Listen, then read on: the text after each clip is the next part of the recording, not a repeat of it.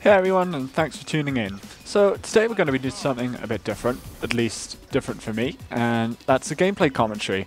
I did have a few good frags in this video, but I thought rather than sticking it into a boring old frag video, I'd make a gameplay commentary, sort of talk about what I'm thinking. In this particular gameplay, we are pretty much destroying the other team.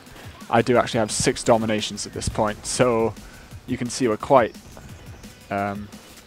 outplaying these guys. So let's start with this spy. I knew he wasn't going to get me. He's wearing a gibbous, so he's obviously bad at the game.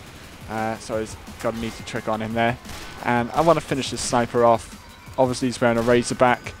I'm much more likely to be able to get 3 or 4 shots on him before I can stab his razorback twice without dying. So I did that.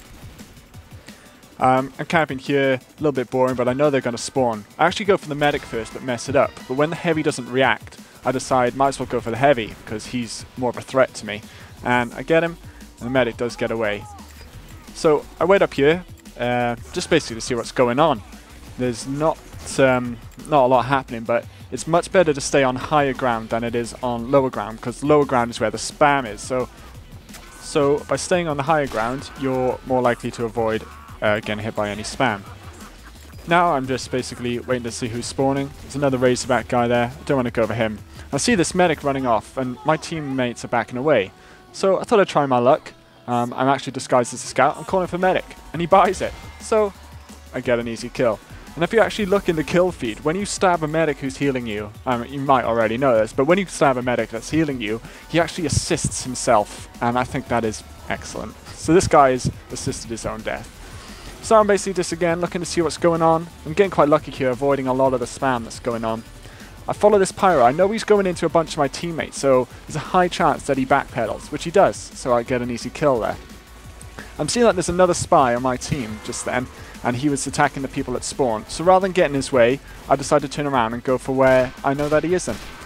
I crouch here actually not to hide or anything, but because I know if he turns quickly and tries to shoot me, there's a high chance that if he's good, he'll be aiming at head height anyway. So by crouching, I'd avoid that. I'm actually going for the engineer there, but I get the heavy, which is a bonus. And then I get a nice little trick stab and drop that medic. I make sure that I cloak in a different place, quite far away from where I uncloak. So they probably expecting me to come out roughly where I did cloak. So I make sure that I strafe over to the exact opposite end of the area when I decide to uncloak. Again, I see that spy. He's probably going to go for that heavy, which he does. So there's no point me going for the same guy, because I'm just going to get in his way. And that is something that you'll see a lot in pubs. It's just 2 or 3 or 4 ridiculous number of spies just getting in each other's way. I get a stab there on that heavy. Didn't really deserve it. I uncloaked quite close to him, but he was distracted. So that worked to my advantage. Again, this spy, he's going for that guy, so there's no point me going for him as well, because we're just going to get in each other's way. After this point, not a lot really happens, so let's skip forward a bit, and it's actually 4 minutes later, same life, just a few more boring stabs between now and then, and it's quite a good ending.